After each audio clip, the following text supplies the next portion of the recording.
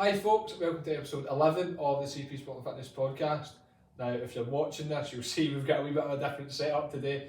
For the first time we're actually doing it in person rather than sort of over Teams, which we usually do, so a wee bit of a different setup, but I'm sure we'll be fine. If you're watching, you'll see I'm joined by Ewan, a new football coach. How you doing, mate? Good, mate, looking forward to getting it, yeah? I know, we'll be all good. So just a wee bit, said this to you earlier, but we'll be a wee bit more casual than what we usually sort of used to. We'll have a wee run through of his career and sort of what's brought him to this point, but for the most part it'll be pretty casual, and we'll just be having a chat. If we can give you a few tips along the way, then even better. Perfect. All good. So just tell everyone you just a wee bit about background, playing career, football career, school, things like that. So just from a playing side of it, just like any normal young boy, young girl, started locally with Troon, started quite old compared to, I think I was like 8 or 9 when I actually started playing, which was, compared to all my pals, but actually later. Yeah, no. Played with Troon for a few years, got noticed by A United at the start, went there for a season and a half before making the switch to Kelly. So played with Kilmarnock when I was 11 or 12, all the way through to I was 20. Was that 11 aside when you just turned there? Nah, so when I first went it was just 7s. No, in fact, I think the first 3 months were 7 aside, and then straight is when I signed, because I was on trial at the start. And when I eventually signed, it was our first year of 11 aside, so it was straight in the 11s, which was, I never actually got to experience 11 aside the boys club, which is a thing that annoys me, because see, like yourselves, because ourselves and stuff, Scottish Cups, leagues, I never really got that, because obviously pro youth, like, I mean, it is what it is, it's good, you play against good teams, but you kind of miss playing with your pals and getting that competitive edge, because it's not competitive, there's no league or anything, so... I know, that's what I picked up when we've had Josh and like Mark Shanklin and stuff, when it was like that actual like competitive aspect of it, not having that, it's like, exactly. It's a big loss for the pro youth side of things. Like, perfect, and see now, like playing now, obviously, with just locally with Troon, I'm like, in competitive games, I'm like, you need to win, like, you can't just say, oh, we played the other day, like, but that's just the way you're brought up, too. So, obviously, played Kilmarnock all the way through the youth system, and then at 17 was offered a full-time contract. Obviously buzzing, you know what I mean, like great, like you're just on top of the world, it's what you dream of, and then you eventually get the full-time deal. So signed full-time 2-year apprenticeship before signing another extension, so I was full-time for 3 years, and then the start of the pandemic is when our contract was up, kind of half expected to be let go, to be fair, so I was released.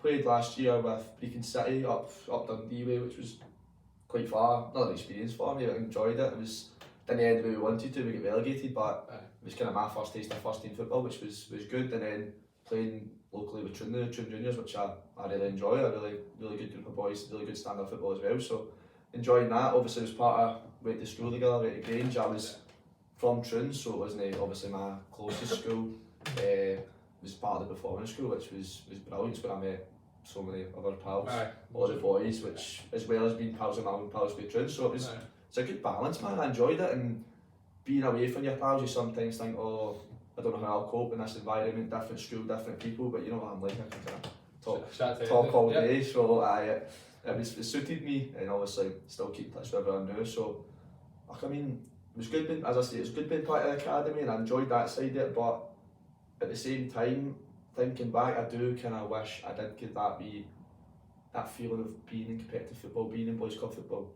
expressing yourself a little bit more. But it's 50-50 though, mate, because to be fair, one of my biggest regrets was not trying to push myself to get into pro youth, to experience that sort of aspect of it, so like, obviously you will miss out on it, and of course, I mean, I love that, I'm a big advocate for pro youth, for boys club football, it's hard at that age, like, when a team like Kilmarnock comes calling, like it's really hard to say, like, I don't want to stay here because I was Troon, whatever. It's difficult because your eyes light up when they say, listen, Kilmarnock, Rangers, Celtic. So I mean, it is difficult, but in hindsight, when I think back, I do wish I just had that another, even a season or two of just experiencing that. Which, yeah, mate, so that's kind of my football career to date.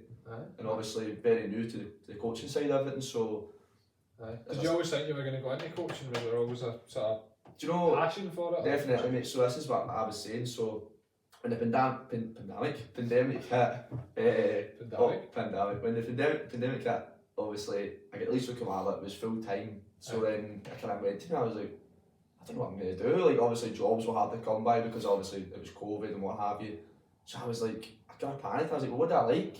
And I was like, I'm really interested in the coaching side. Just like even through play, like always took kind of know what the coaches would do, their body language, the way they came across. I was always quite interested in it. So I was like, I really like coaching. Spoke to my mum and my dad and stuff like that, and they were like, why don't you look at courses, college, uni, that kind of thing. Yeah. Found a good uni course, just applied, and I obviously luckily get in, and this is me going into my second year now, loving it. Like, absolutely loving it. Obviously got an opportunity with yourselves now, which I'm buzzing about.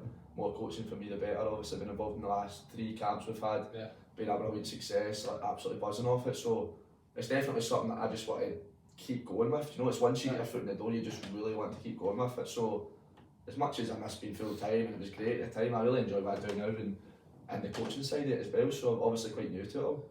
To be fair, your uni course was something I wanted to touch on a bit more, because obviously it was the first year you started, wasn't it? Yep. The first year that started. So what is your course, and then what sort of it involves? Because I know that if it was something that I was looking at, if it was available when I was just leaving school, I definitely would have been up for it. Definitely. So what is involved in it? So as you say, it's really unique. It's the first. This is only the second crop that just came in there. I was obviously the first.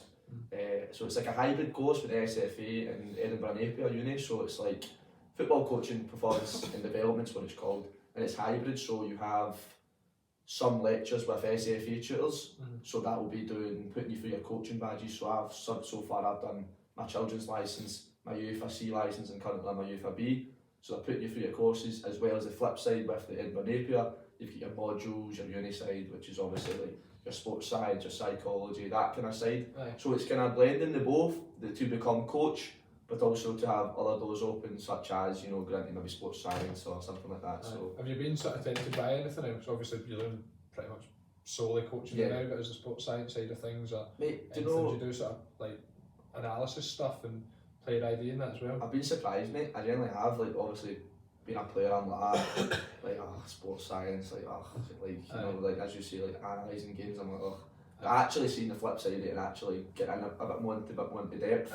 Do you think that's sort of like understanding it a wee bit more? Yeah, no, 100%. So it's like, been lazy, like, when I was a player, like, at Command, like, obviously, you know what it's like when a coach tells you, you know, you're doing running, you're doing this, you get the original, but actually once you do it, you feel good for doing it. Like, I was that kind of, we were all like that, to be fair, but I was probably a bad culprit for it, you know, kind of not wanting to do certain things. But as you say, once you actually learn and experience it a little bit more, you start to realise the benefits it actually has.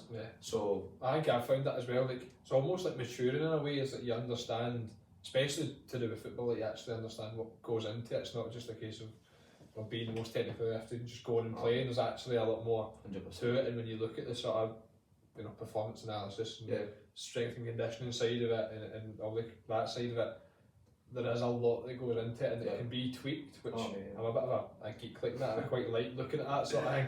So like that's what I mean, that if your course was available to me as a path, then it's something I definitely would have been interested in, because coming out of school I ended up going and I was doing, I still am doing, to be fair, in my 4th year now, sports coaching and development at UWS in Ayr, which is, it's a decent enough course, don't get me wrong, but it's very sort of general to do with coaching, and just, especially it focuses a lot, to be fair, on sport development, so how communities are impacted and stuff. And don't get me wrong, it's great stuff, but like for me, my passion, especially coming out of school, was always football. So being able to get, was it B licence you're on there? Yeah, B licence for the being able to work your way up your pathway, and it will in the second year as well. Good. Like it's actually, it's a good course, and it's something that I wish I had available. I actually can't get enough of it, like, because as I say, like, being a footballer, being that full-time player, I'm like, uni, like, it's alright, I play football, like, do you know what I mean? So you kind of turn your nose up with these things. And it wasn't until the pandemic actually hit, I'm like, oh no, like, I need to find something rapid. Like, I've never worked a day in my life. I've never, like, since I left school, I've not looked at a book. Like, and then all of a sudden, something hits. There's no full-time football anymore. Like, you need, it comes to a realisation, and that was when it kind of switched for me, and I was like, I do need to get stuck in. And it's stuff, as you say, that, like, it's like the psychology stuff, the side of that I'd never ever think about. Now that I'm doing it, I actually understand it, and I wish I had that knowledge when I played.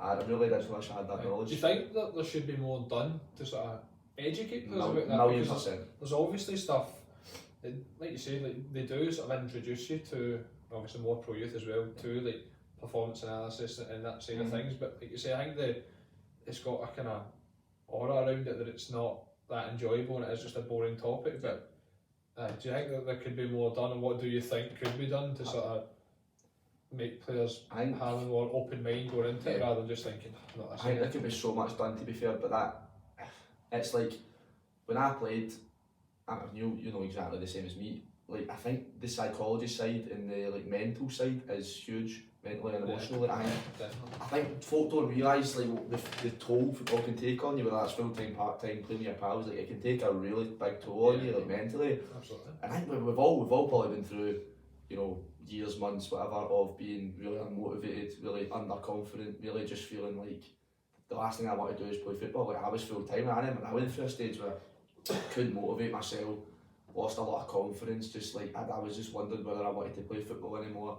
That kind of thing. I think more needs to be done to kind of handle those situations. I think they're trying to bring it in a little bit more with professional clubs and stuff. And it's like people employed to, you know, you can speak to, that kind of thing. But so is it like psychologists, is it like therapists and that? Yeah, I think sort of support not when I was there, but I do think more clubs are introducing it and stuff like that, which I think's needed because so many boys, including myself included, like go through those stages and it's hard to come back from it. Like sometimes when you do become really unmotivated and do lose your confidence, you know what it's like if the coach sees that and you underperform and that, you know, you could be out the door and it's really a shame because some players are going out the game because more to do with their mental side to their actual footballing ability, which is a shame. Yeah, no, I mean I see it a lot now, to be fair, like in the gym and stuff, and you see people that are, you know, obviously in football you're going to be more technically gifted and stuff, but when I'm in a gym setting, I say people are capable individuals and their technique and their form is fine, but they step into a busy gym and it's like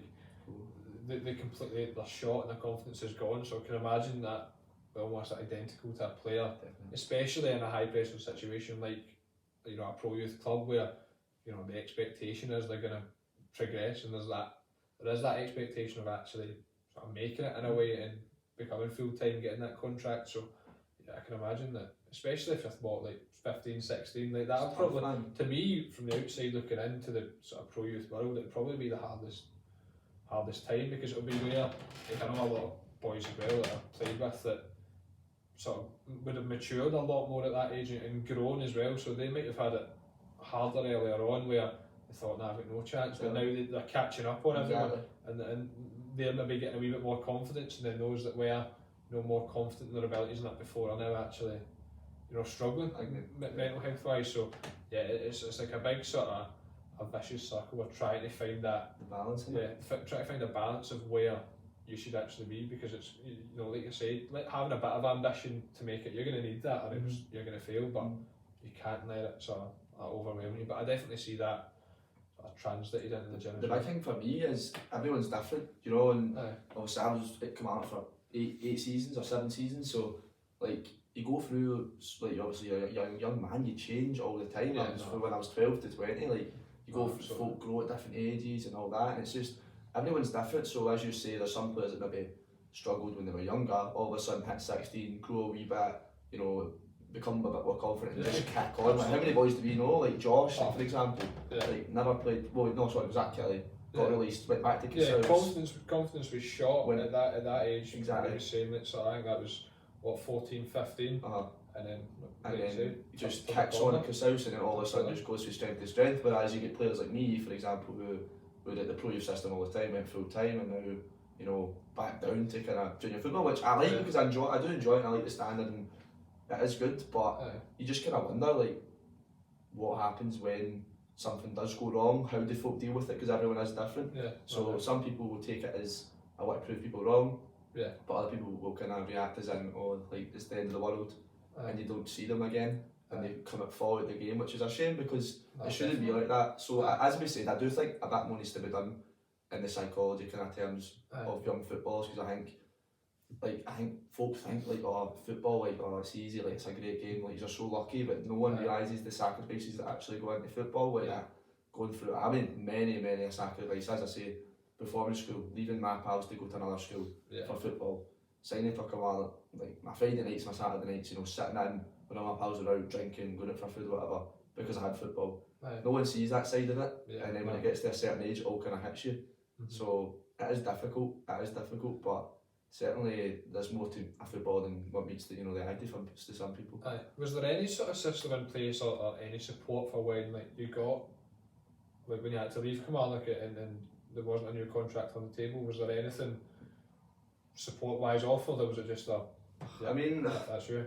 I love my time at Kelly, and I don't for 1 minute hold any grudges towards anyone or anything. I really enjoyed it, and at the end of the day, I probably wasn't good enough to make the step up just at that time. The time was probably bad for me as well.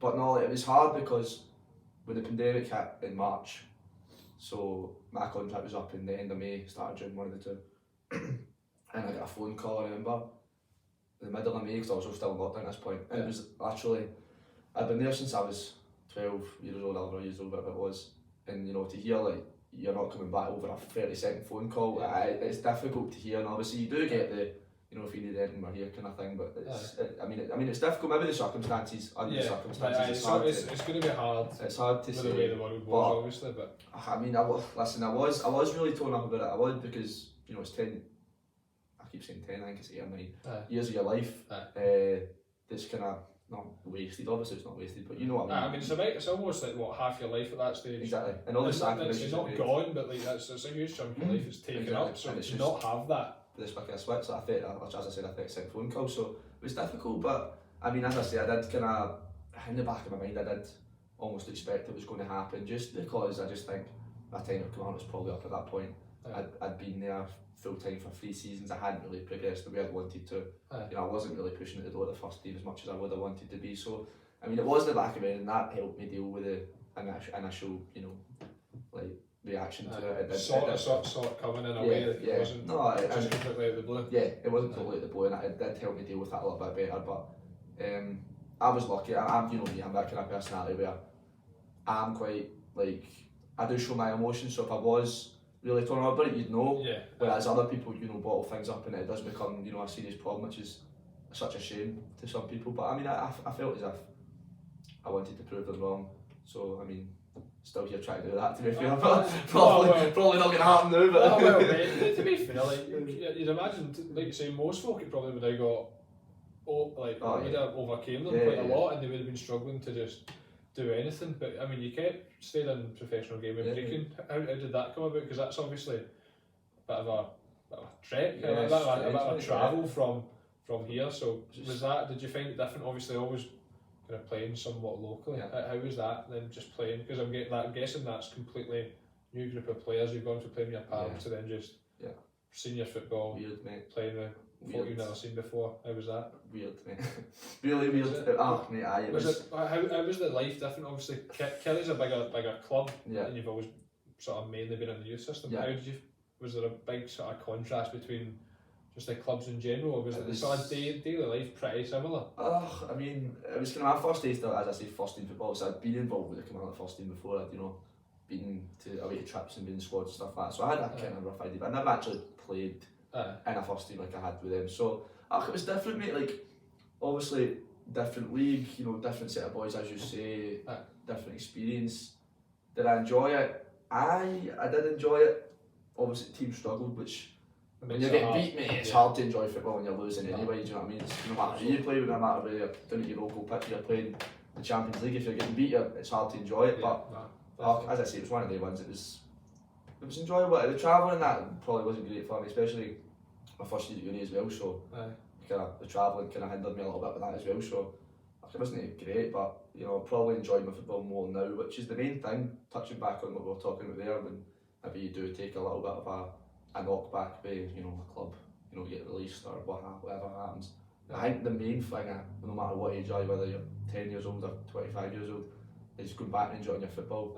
Because I think that's the main thing. Playing with a smile on your face, it sounds easy and basic, but it makes the world a difference. You'll be the same now. You've been playing the now, you probably enjoy it more than you've ever enjoyed playing elsewhere. That's like me now. I'm back playing with True, enjoying my football with a good bunch of boys, and I think you speak to many players, I think that's the main thing these days is enjoying your football, because it can become a chore. As I say, it's not as enjoyable as sometimes it meets the eye. No, I mean, obviously, I've dealt with a lot of kids coaching and stuff, and when you're speaking to an 8-year-old, the aspiration's always going to be, I want to be a footballer, which obviously you get, but I've now, with you being on here, we've had 3 sort of footballers, with you, Josh Edwards and Matt Shankin. All 3 of you have at some point come out for your system and played at what would be seen as a low level, but all 3 of you have said, yeah, I actually enjoyed that level of football more, so it shows that it's not just about making it, and like, unless you become a professional, doesn't just mean you're a failure automatically. They can still enjoy playing football. It doesn't matter, like you say, it doesn't matter if you're playing amateur or boys clubs. And like you say with me now, like I took, for people that don't know, I took, what was it, 18 months, maybe 2 years or so out of football. I played with Cruces for 9 years, I want to say. So that took, like, similar to you, a big chunk of my life was then just sort of gone.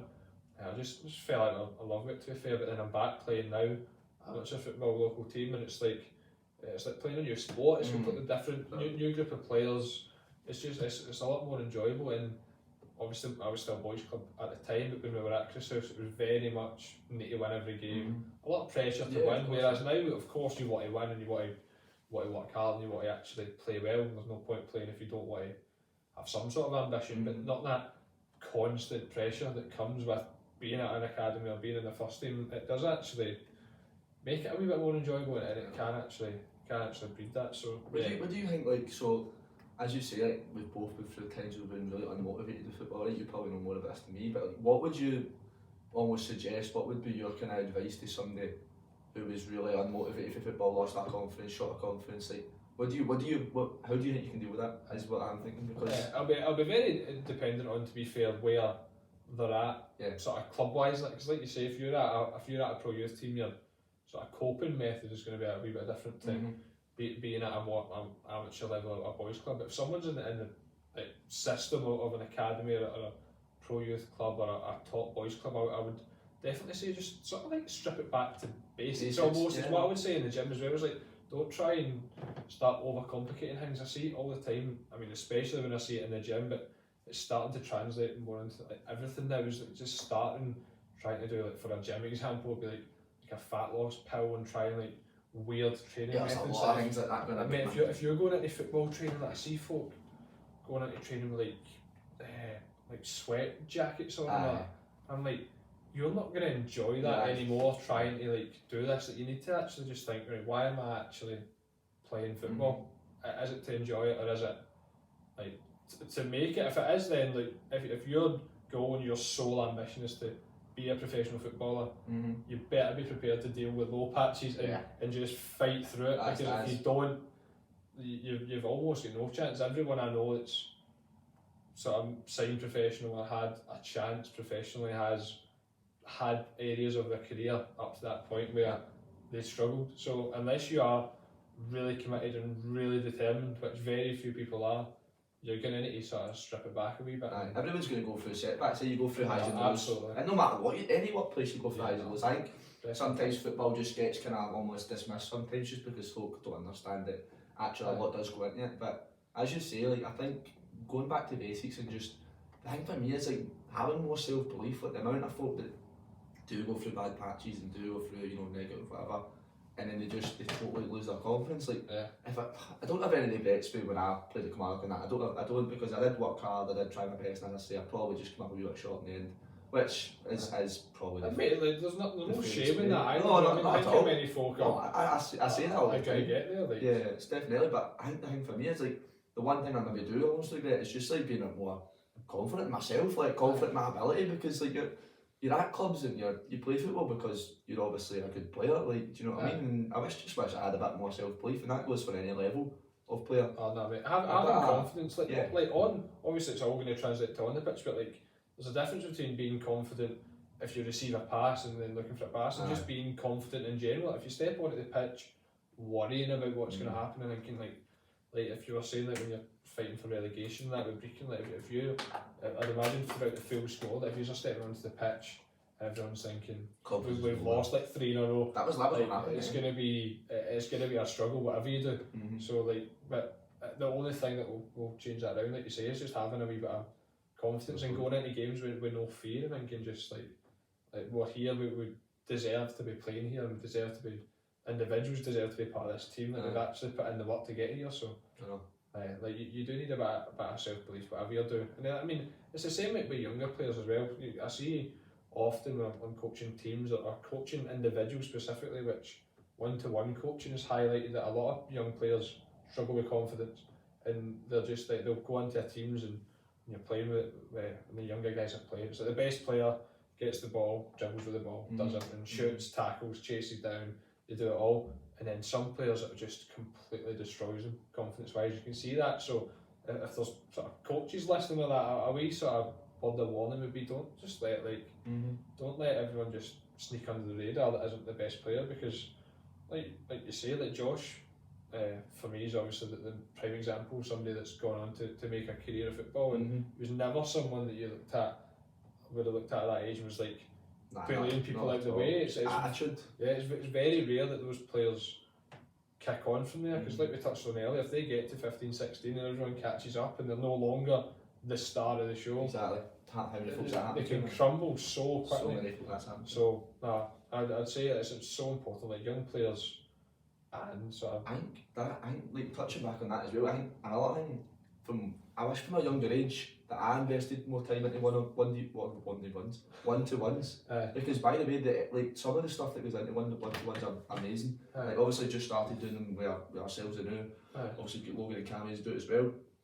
Like I think if you want to lift your confidence, a one-to-one is the best thing to do. See, sometimes you need just like you, a coach and a bag of balls, a wee bit of dribble, a wee bit of shooting. Sometimes that's your way of getting away from something, or anything, just a bit of enjoyment. Yeah, I wish I did, as a player, invest more time into seeing someone just for a one-to-one, for a bit of football, a wee bit of extra training, because obviously it's an extra training, so you're going to improve as a player. I think the enjoyment is the main thing. I think that you enjoy it, because you wouldn't go if you didn't enjoy it. Definitely. And the third one is just as that wee escape as well, just getting that bit of extra training, because it's something that I look at now and I love doing it. I love doing it because I just love getting one-to-one with boys and just seeing them enjoy it, seeing them just bust in it with a shot and have a wee smile on their face. That's simple. Literally that simple. Definitely. And I wish when I was that age I just done that a little bit more, because sometimes, as you say, you can go to football training with your team, with your club, and you're lucky if you touch the ball maybe 10, 20 times. It's like you do you pass the opponent, then you're at the end of the queue, the next person passes.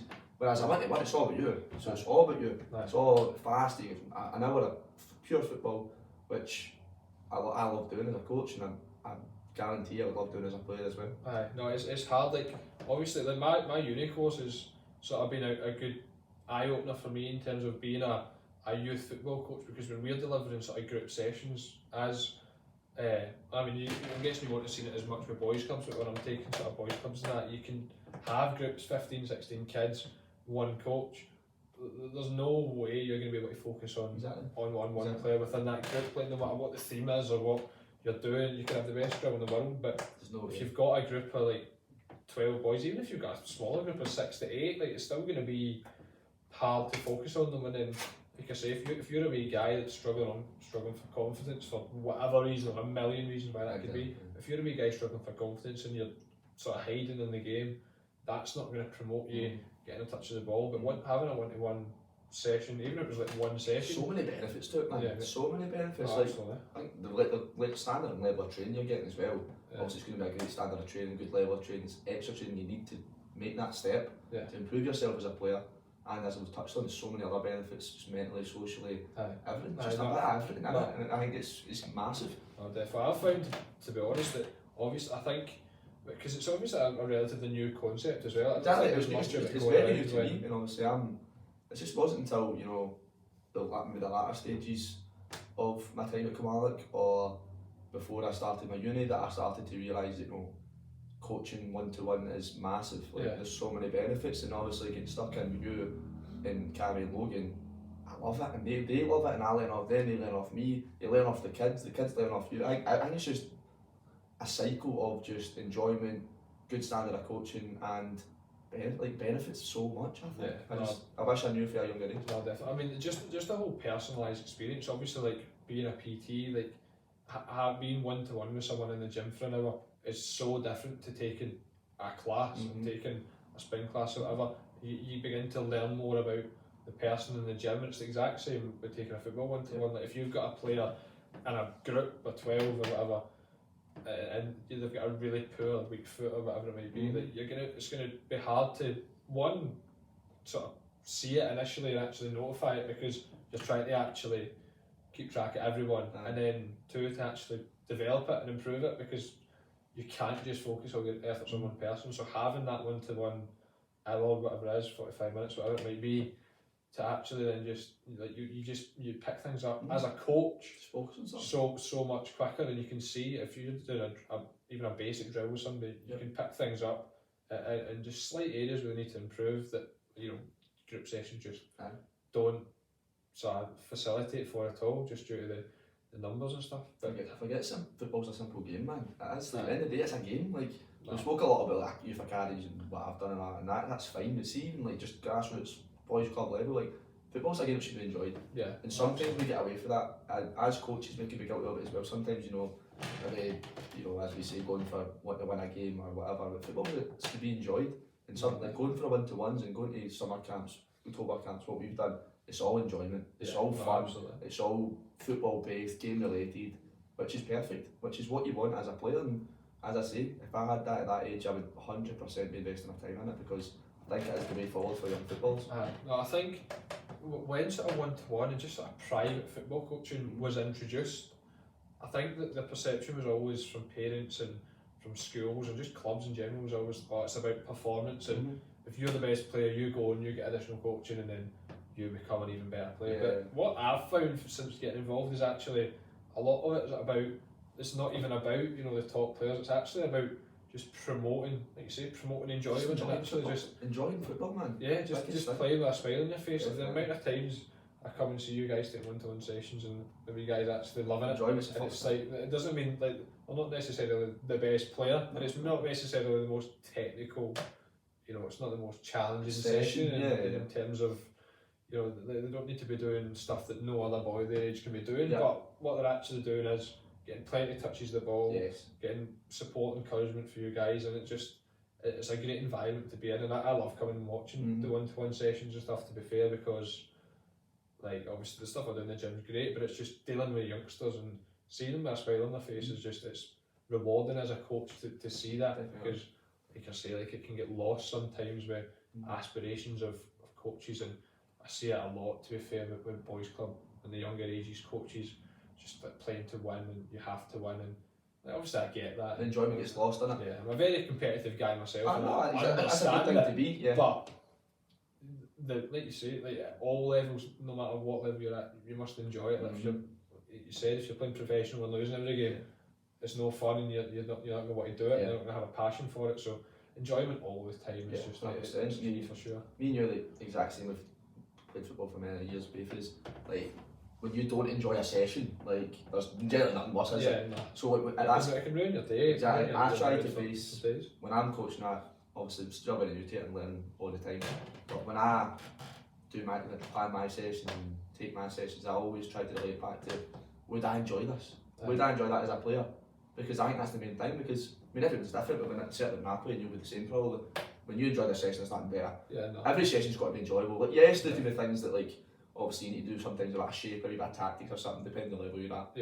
But I think enjoyment is just, it's so overlooked sometimes, and that's coming through an academy and stuff. I think it does get lost sometimes. Just enjoying playing. Like for the most part, like 95 probably more than that % of people that start playing football at a young age will not get to a stage where things like shaping and that are going to play a major role in what they do anyway. So if that's always just ingrained from a young age, and when they get to the teenage years, and like you say, when you're actually competing for things like Scottish Cups and leagues and that, you realise that most of it is about enjoyment, and you don't need to be you don't need to have this regimented approach to training, and you can actually be more creative and enjoy yourself. And it's something that I've learned, that just letting players express themselves can be so sort of beneficial to them in terms of building confidence and things. Whereas if you've got a very sort of closed drill and you're dictating them exactly what to do, they can not sort of be frightened, but they'll come into their shell a bit, and they'll just become robotic with that. This is what I'm doing, and I'm not allowed to do anything else, and that's me. But still having a bit of creativity. I think that's where, to be honest, Scottish football as a whole can sort of lack to be fair, in terms of letting players just express themselves and playing with a smile. It's easy for players to come out and robots, just become robots, do this, do that, do this, do that. Let them play, man. Especially under the age of 16, see that youth age, let them play. Let them enjoy their football, man. Let them tackle each other and run about and nail each other and get bloody noses and skin knees. Like, do you know what I mean? Like, just let them enjoy the game. I think it gets talked about a lot now, to be fair. I think there is a lot of things trying to be done for the younger players, the grassroots levels and stuff now. But I think under that age, that youth age, I think, let them play. Let them express themselves, let them have that freedom, because you go into youth academies, you go into, as you say, boys clubs that like win things, and everyone just becomes a robot. Right, we'll do this, right, we'll do that, you'll do that, this is your position, this is where you'll play. That's another thing with Kilmarnock, like, I feel as if I get kind of roped into playing a position I don't think I should have played. Mate, that's, do you know what I mean? And that's the amount of times I've seen players, centre mids, wingers come in and they end up playing. Would you end up playing fullback? Aye, fullback I've played. And listen, we go to play the school, so me and you would play the school team. I'd play left wing, striker, behind the striker, I'd be running about, trying to nutmeg folk and shooting, never go in, mind you, but I'd always be trying to shoot, and I'm probably hopeless, but that's what I wanted to play, and that's what I was probably quite decent at, because I was fast, I was this. But then you go to Kelly, it's like, well, you play fullback and you play here and play that. Did that happen all the time? I have heard a few stories about folk that are like, youth. Even folk that are like centre backs, I've heard going in and then starting playing up front. That's the thing about youth academies, mate. Sometimes you can become a robot, and I mean, listen, youth academies are great because it gives you a chance to play a professional team with the best coaching, with the best. But sometimes I do think that it can be a bit restrictive, especially at young age. But it's maybe when you get to 17, 18, you need to find your position. You know what I mean? You really need to find your position and become, a player that's going to benefit the team. But I think at young ages, I think they should just play the game. They should just enjoy playing the game. They should be allowed to have freedom and express themselves. And that's probably the main thing that I think when I'm coaching, especially younger ages, is letting them express themselves. Because who am I to tell wee Davey where he's playing? You know what I mean? Who am I to say that's his best position? I mean, it could be when he's older, or it could be somewhere else. It's hard as well, because like you say, there'd be no point as a youth coach in a boys club or whatever. I don't personally think anyway, giving someone a position at like 7 or 8 years old and saying that you are a defender, because there's a high chance, if you said that you could be a defender from 8 to 13, be average. At 13 you grow a lot, an academy fancies you and you're like, oh yeah, you're a left winger. You know what the worst is? You'll play centre half. You're big on everybody else, play centre half, you're wee, so you play in the wing. That's rubbish, man. Honestly. That's another thing to say. It infuriates me seeing it quite a lot, to be honest. Boys are too wee to play in the academy, that's another one. Like, I'm telling an 11-year-old he's too small, so he's getting released. See, at 17, he might be the biggest boy in the team, the best boy in the team, but you can tell at 11 he wasn't good enough. That's what we're talking about again, how it hits their confidence. Like, someone can be told they're too wee to get released from another club, and then, do I play again for mum? That boy could have ended up playing me a first team. I think that the complete opposite to that is true as well. Like if you're huge at 11 or 12, the high chance you'll be regarded, if you're decent on the ball, you'll be regarded as one of the best players there. And then you could hit 15, 16, catch up on you. Everyone catches up and your confidence crashed. But to be fair, it was quite similar to what happened to me. Like you're talking P6, P7 first year. I was like miles bigger than everybody else height wise. I was filling out, and it was like that was like when, to be fair, I had the chance to come to Kilmarnock and that myself, and when we were winning the Scottish Cup and we were doing well, it was when I was still bigger than everyone else. But when we turned like 16, 17, it was probably a big reason as to why I ended up falling out with football, because I'm never the most technically gifted, still far from me and you both, mate, honestly. Me and you at a game at 2 touch, that'd be interesting. We don't even get 3 in. Aye, possibly. But no, it was like, everybody caught up, and then it was like, well, like, I'm not the player I actually thought I was, and the confidence drops, so it's hard, and I think it's something, it's probably worldwide, but I say Scotland especially, it's something that must be sorry that I don't have a perfect solution to 100%. It, but it's something that needs to be. So I ironed out, I'll just create a way for just not to be this culture about, like you say, especially the small players. It's something I feel sort of guilty for, just being involved in the system at all, is just young players and young players just dropping out of the game or falling out. That's the main thing for me. And the thing is, usually actually like one person or one coach has the say. Like it's not like everyone will think it. There'll be players released and the general consensus will be he's actually a good player, what's he doing? But one coach will have an opinion, but like, nah, he got bullied a couple of weeks ago. Football's Away all to opinions. Rangers, like, Exactly. and he's done. Do you know what I mean? Football's all opinions, mate. Never let something like one person's opinion define who you are. Do you know what I mean? That goes for any walk of life. You do that in any workplace, anywhere. Like, never let one person tell you what's right and what's wrong. So I think with football, as you say, one person's opinion can shatter a boy's confidence, can shatter everything. But I think this is the culture we have, as you say. It's just a culture in Scotland where he's too wee, or he's not good enough, and he's not this and he's that. It does happen, as we've spoke about. If you're going to play football, we're going to get setbacks, we're going to get, you know, ups and downs and blah blah blah, but sometimes it is hard to deal with because some people deal with things differently, and we all know that. But I mean, it is that culture we have. But I think at that age, especially, just let them play and let them be their own people. Aye, and I think, to be fair, like, we've touched on the benefits of one-to-one coaching that, but I think that's something that will help combat that slightly. And this will be the first sort of wave of players now coming through that have had that sort of experience, and it'll breed confidence in the players that maybe have been released from academies, and it might be them that then come to someone like us that, you know, can give them almost like an arm around the shoulder and say, like, it's not all about like the amount of players that get released for academies or maybe just take massive drops in confidence. Like, it's not the end of the world. Like, more often than not, people will rebound, but especially when you're at that age, like, it's going to be, if you get told you're let go or whatever, especially if it's for something like it's out with your control, and it's not just a solely technical thing, and a lot of it is genetics and luck and just timing of it. I think timing's a huge one. The amount of boys I know that have been sort of released from academies, and then a couple of years later you think they'd probably stand a good chance of getting in the team now. It's just like, that's like me. Like, I've said like 2 or 3 times already. Like, I don't think I was ready to be in Command first team. I wasn't ready, and I was probably right for the release at the time. But like, I do think of that. So when I my 2 years of Command, I probably done the best. I was probably not pushing-ish towards the first team. Yeah. They finished 3rd and 4th in the league, respectively, in the seasons. They'd Greg Taylor left back, Stephen O'Donnell right back, 2 Scottish internationals. I was never pushing them at the team. No matter how good I was never pushing them at the team. And now you see 2-3 years down the line, Kelly's now in the Championship, and you wonder, like, if maybe, you know, I was in that same situation 3 years later, could things have been differently? But I mean, hindsight's a wonderful thing, isn't it? But you do wonder. There's nothing you control about that. You control, like, you said, you could have been, like you've said, you wish you enjoyed it that sometimes a wee bit more, but like, if you were in that position and you were actually, you enjoyed it even less, and you were pushing, you were really committed, like you say, there's a very low chance, unless there's injuries or something, it's all, not all luck and timing, but a big part of that was massive. There's luck and timing, like you say, like, there'll be players now coming through that, like, without a doubt will probably get a chance that are not at a technical ability or like as good as a well-rounded player as other people were that your age or like similar.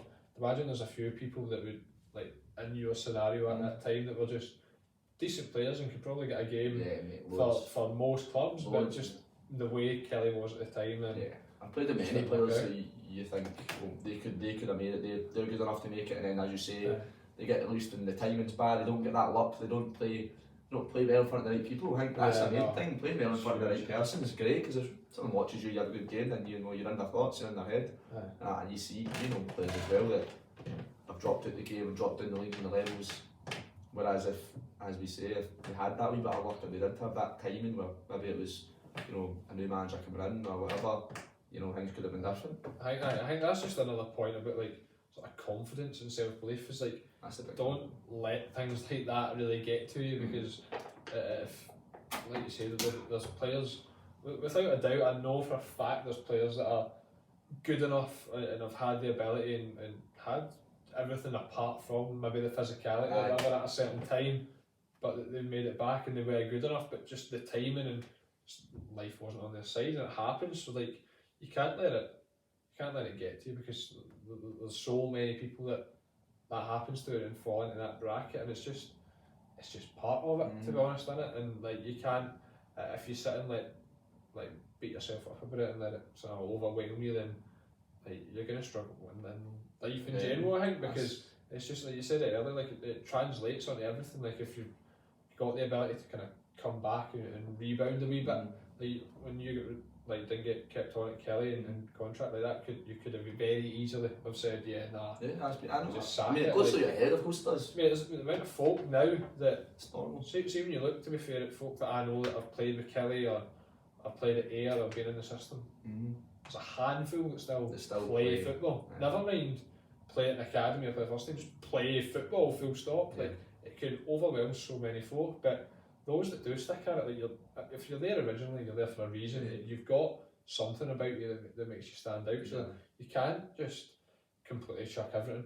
See, I see exactly what you're saying there. On the fact that we've spoke to death here about football and like having that self-belief to come back, but see, at the end of the day, as much as we all love football's not everything. No, it's not at all. Like having that blend of football but obviously having that blend of like enjoying yourself, seeing your friends, your family, or having other things in the pipeline. Like look at me, like I was full time for 3 years.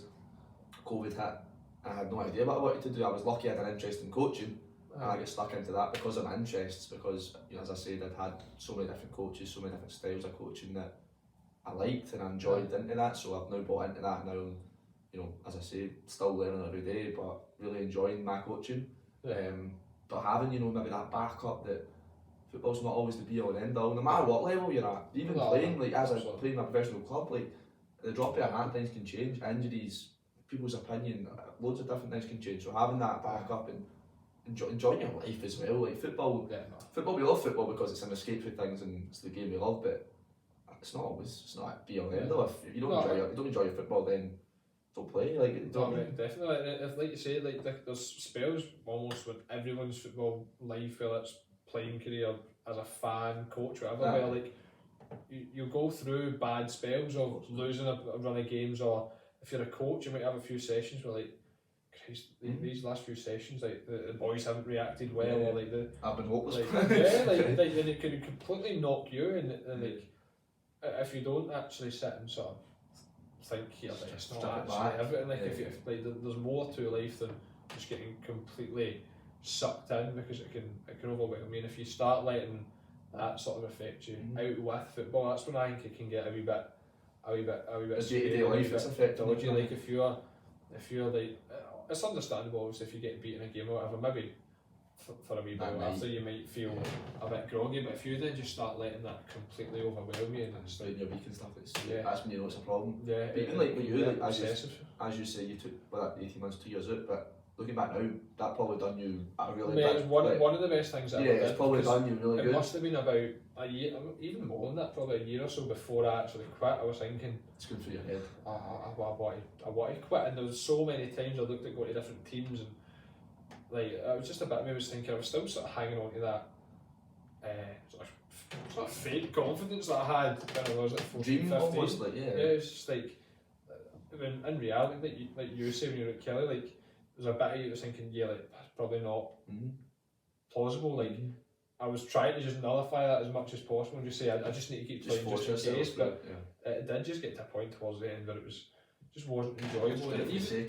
Even though I was on the boys club, like I still felt like it was just missing out on other things. Because you get to a stage where like I had obviously work stuff, and then I started uni as well, and it was like life just kind of gets in the way, and you need to start choosing the priorities, and you need to pick wisely, because if you don't, like it's one of the best things I've done ever now, because I think if I'd have started sacrificing work or whatever, I'd never be in the situation I'm in now, but there's also very little chance that I would have made anything from that anyway, so taking the couple of years out that I did is one of the best things I've ever did. And don't be scared to do that either, if like you were thinking about that to anyone, like if you're not fully enjoying something, like you're not giving in by just taking a step back. It's not to be on end though. No, never is. No, absolutely. Never is. So. And mate, there's more to get into as well. Like recently, like golf, mate. Have you ever played golf properly? Mate, I'm fair true, right? Like, and you could fling a tennis ball from my house to a golf course. I've never stepped foot in a golf course. You need to like never. Just getting into that recently. Like I'm still playing football now, obviously, but like. But everyone I talk to gives you a chance to like try something new, and I would never have played golf if I hadn't stopped playing football, because I was like just something else to do. Just like I'm not taking that so seriously. Like I know for a fact I'm not going to make it in golf, so just giving other things a go as well. Saying about that wee escape sometimes, man. Just like when it's work, school, uni, and just like a wee hour or two you know, driving range, few holes, like we kicked in the park with our pals, football and that. The wee escapes a thing that makes a difference. My biggest thing for that will be hill walking. You're really loving that, yeah. I love it as well. When you've driven here a couple of times to do things and that, like just even wee stomps, fucking to the beach and that. Just going like out and like exploring, just going in nature and just going to, like, you don't need to go and do a bit of Nevis, but just going to like, we've been to like Turnberry and that, just going along the coast at Maidens. Like just going and like seeing different places and just like getting out and just being active. You don't need to be striving to be a professional in something. Especially this day, like the time that we're in the now with COVID and, you know, being locked up for so long and everything, I think just getting out and doing that wee bit of activity is massive. Like you talk about it a lot in your podcast and your channel and your Instagram and that, about just getting that wee bit of escape and doing something you enjoy. I just really like your walking and your golf. That's the exact same for me. Like just probably just, I'm the same, just like getting out for a wee, like me and my pals go to the park with a football and just put a ball about or go on a walk or a wee stomp up somewhere. Like you don't need to have it's good obviously in some aspects to have like a big goal, and like in the gym I advocate it a lot to stay sort of on track and at it, but in general sort of life, like you don't need to have major aspirations to become like, you don't need to want to run a marathon to be able to just go and go a jog. That's only you that does that. It's just when you're a bit mental like me. 2 marathons in 1 day. Yeah, 2.5. 2.5, there we go. It's like, do you know what I mean? Like, you don't need to have things like that. If you do, then if you're a bit like me and you're a bit mental, then like, you know, all power to you, and you get completely different benefits out of that, and then you start to obviously, when you get more serious into it, you start looking at serious health benefits and changing your physique and all that. But as a general rule of thumb for most people, like, if you're not enjoying a sport or an activity, sack it off. Goes exactly back to what we said about football. Like, first and foremost, you need that enjoyment. If you don't enjoy it, then it's pointless doing it. But that's the same for the end, isn't it? Like, generally is the basis for everything is enjoyment. Get it to a stage where you enjoy it, and then as you said, you can start building yourself up. So if you like going to the gym, like go to the gym until you enjoy it. Then once you start enjoying it, you can maybe, you know, invest in a PT, start seeing improvements, blah blah blah. Same with it. Start increasing your distance and a run and a walk, you know, just buying that basis of enjoyment. To be fair, mate, it's massive. For the most part, you'll find, see if you find something you do enjoy, you'll find that you then want to start improve doing that. That's what we got into me with running. I was like, to be fair, it was like that initially. Me and you both, mate, we were out all the time, man, running. Mate, like, Strava and that all the time, like sending each other. Yeah, mate, it was like when I left football, I ended up, to be fair, started my journey as a PT, to be honest, but it was like, left football, had nothing to then replace that in terms of sort of activity wise. So then running was very much a big part of what sort of got me back into fitness in general. Was going park runs and stuff and just doing it for enjoyment. And then, like I say, if you find something you enjoy, there's a high chance you probably will then start to find clubs or find like-minded people that want to sort of do similar things to you, and you find people around that. Like, I mean, for me, big example obviously is going to the gym. Like, when you start thinking, I kind of want to go to the gym, like, you find people that also want to go to the gym, and being surrounded by those people, that actually enjoy what you enjoy as well. It's not just like, we've always played football, so we're just going to play football. That's very much what it felt like to me at the end. It was like, we've just played football, so I'm just going to do it because we've always done it. Having a passion for it and wanting to actually actively do it. My last 2 years with football were the exact same. Towards the latter stage at Kelly, when, as I said, my progress wasn't really going anywhere. Like, I felt as if I hadn't made much progress in the last 2 or 3 years. I was kind of just at a standstill almost. And then I was going to Brecon, you know, getting beat, relegated, wasn't really enjoying it. Like, to be fair, I enjoyed playing, and then I started to get dropped and stuff like that. Didn't enjoy it.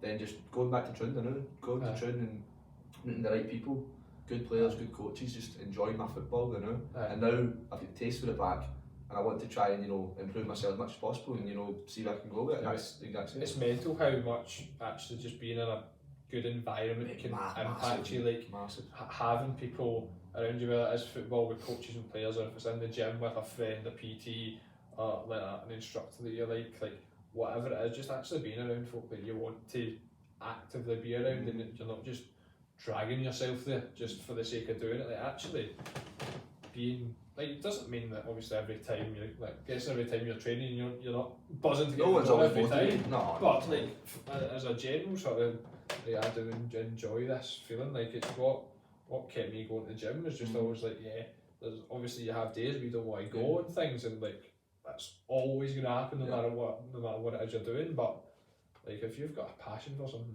and surrounding yourself with people that like people and just the place as well, like imagine the days in Kelly where because it's such a high pressure environment you're like maybe like I can't be bothered with this every day mate.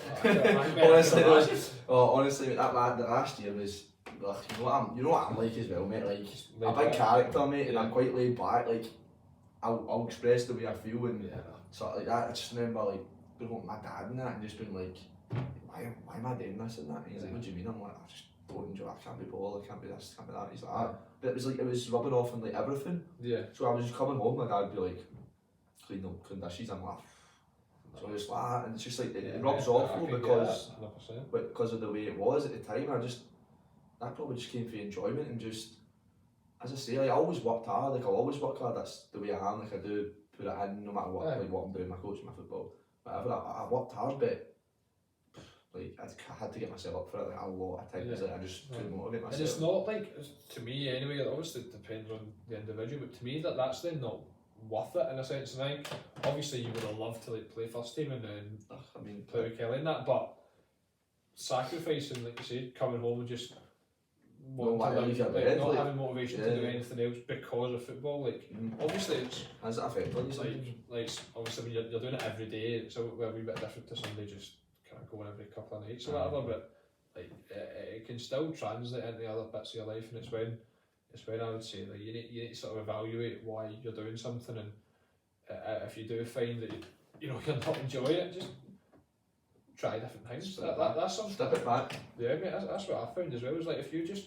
go back to your actual core values, and it's like what do you enjoy? Some folk might just find that they don't even like being part of a team, and they want to just do something like go to the gym or go and run or go and walk or whatever. Whereas some folk might love like the team aspect of it, just get fed up of football, and then they want to go and play like badminton with their pals or something, be around people. Do you know what I mean? Like I think that's what you obviously stressed the three, me, Logan and Cammy, like just first and foremost is like enjoyment, good environment. Like that's the main thing. Like we're giving good quality coaching and blah blah blah, but I think the main thing is that environment where boys are in a place they like, it's fun for them, it's enjoyable, and then they're also going to benefit from that. You're only going to benefit if you enjoy it. So I think that having that, and what you've obviously stressed to me, and it obviously it works. Like you could have the most, I touched on it earlier, that you could have the most technically advanced session on earth, but if you're somebody not enjoying it, you're not going to get any benefit from it. But no, mate, honestly, ask anyone, no one enjoys no, you're lying if you say you enjoy technical sessions, do you know what I mean? Anyone says that. Mate, it's the same in the gym, like people ask me for meal plans and can you like tell me what to eat for dinner? I can, don't get me wrong, I can, but no, because you won't stick to it, you won't enjoy it. Like no one enjoys a meal plan. Like, mate, it was good. Like, mate, competition, and if you got to be on stage and be the leanest you can be, right, maybe you're going to need to make sacrifices, but if you're just somebody looking to get in shape and just have a more fulfilling life, like, being on a restricted meal plan is the worst way to go around it. Like, but it's mental to me as well how many people sort of seek that. It would be the same in football and things. They'll seek sort of regimented, this is the way to go, and then after like a couple of months or whatever, they're like, what is this? What have I signed up for? It's perfection, that like you want to do everything you can to make yourself better. Like it's the same with anything, to be fair. And some people, as you say, will stick to it and brilliant. Like but they are the tiniest of proportion of people as well. There's so few people that will stick to it. Like even when I'm doing like 75 hard and that now, like there's so much structure to it that I know. Can I just touch on this right now? I cannot believe you're doing that. Like what? I mean, the first one was bad enough. You've done that for 75 days, and now you've decided you want to do an extra 30 days, whatever it is. See, to be honest though, as well, and it's fair play, but no. See that is another thing. So I had a couple of days in between the two. Yeah. So between the first 75 hard and then starting the phase one, day one, and see, just having 2 days with no structure, it was so weird, mate. Like, it was the weirdest feeling, and almost sort of came as a relief actually having that second one. Like I'm gonna do a full podcast actually explaining that, because it was such a weird concept that happened, but it was like going for that. Sorry if you can hear those sirens and that, by the way.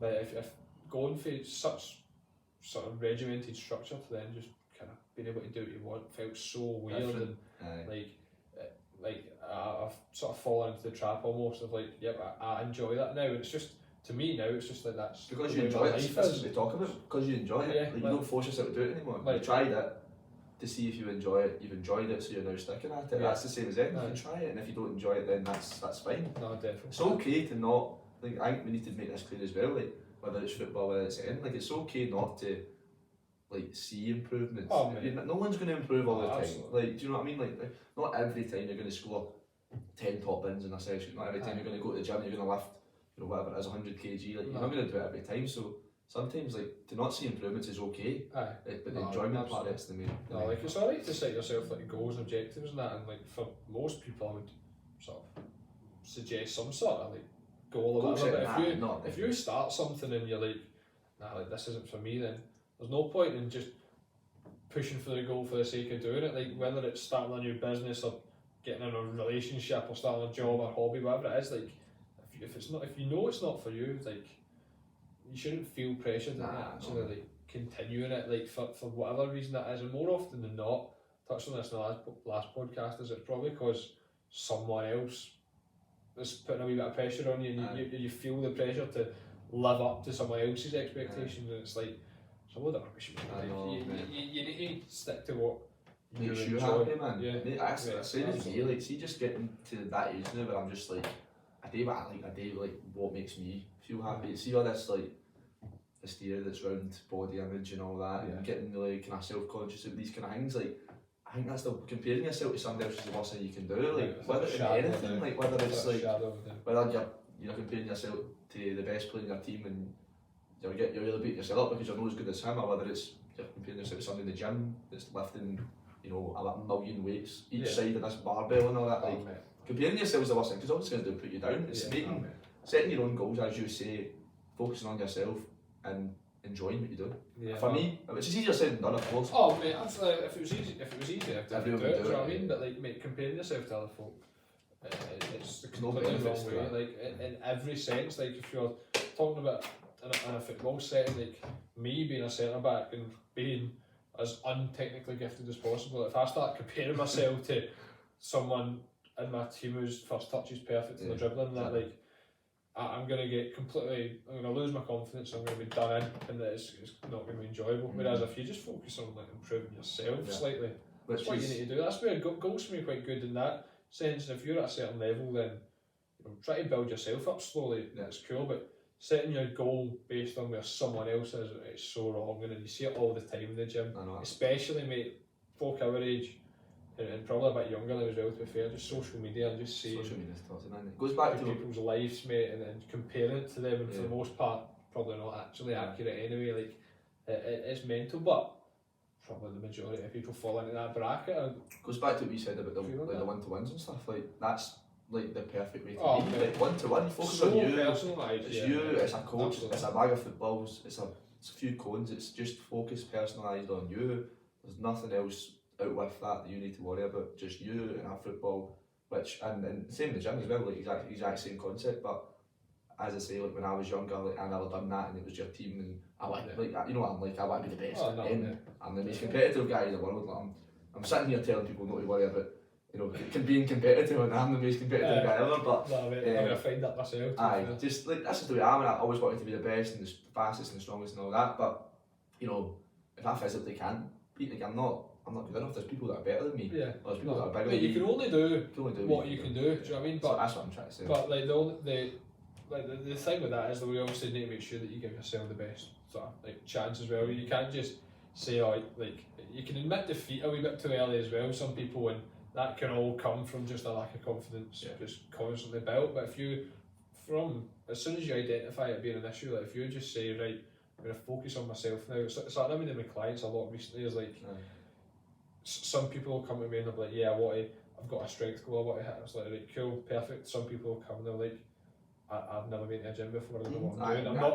I'm not then going to say to them, oh, right, we're going to do this really structured plan, and we're going to give you everything you need at once, and we're going to just become this athlete person. It doesn't happen, mate. You just need to build, it's improving the person just gradually, and making sure that over time they're making actual progress. And it can be, especially in the gym recently, just building confidence, mate, is mental. Like, even just getting familiar with the setting is more than enough for some people to then kick on. And sometimes you need that, like we said, like find something you enjoy. Like sometimes you'll get a sort of brief overview of everything and think, nah, this isn't for me. I know. We've said as well, it's fine. Like, we've all done it, man. We've all been there. Without a doubt, mate. The amount of things I've tried and thought, it's not for me. I don't think so. Like been to like rugby training and stuff, and mate, it's just like egg chasers, man. Things that, like, I would think for the outside it'd be fine, but just not. Too much for me, but man. I'd never have known that unless I gave it a go. Do you know what I mean? I couldn't fancy getting tackled and all that. I've not got that in me. It's not fun. Bad enough I get like slide tackled or something when you used to fling me off walls in PE and all that. Mate. That was bad enough PE for me. was a worse one. Aye, if you were in the class. Aye, mate, like that's what another thing I was saying there. Like, what was I going to say? Aye, like, I know, I forgot what I was going to say there. But getting back to like when I was at Kilmarnock and all that, like being in the youth academy, it's so easy to like compare yourself to, you know, players that are in the first team. Do you know what I mean?